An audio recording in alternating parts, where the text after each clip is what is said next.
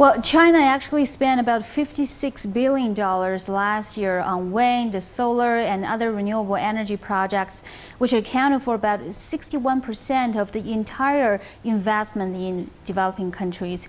And when you see such a bullish move, what are the main concerns for you? I think a lot of people do look at some of the risks. And so on the wind, for example, people will worry about getting the electricity onto the grid.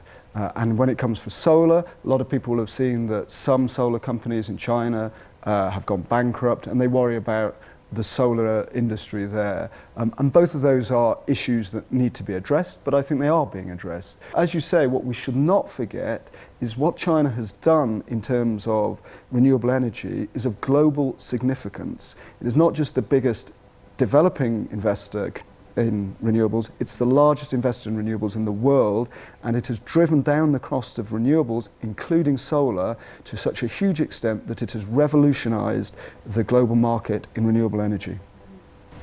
And one of the topics we discussed in the forum was clean energy used in small-sized municipalities here in China. And what is the top challenge or risk for using clean energy in megacities here in China? All of your urbanization planning and energy planning has to be integrated. And if you're talking about a city of 20 million people, which is growing at 1 million people every 5 years, like cities like Beijing and Guangzhou and Chongqing, that is extremely difficult and complex. But I think the Chinese governments and local governments are doing some great stuff. And again, there is an opportunity here. So one of the things that we're doing in the UK, for example, in megacities like London, is we are moving away from big, outside the city, renewable energy. Big solar plants on fields outside the city, big wind plants outside the city, and doing much more integrated renewable energy.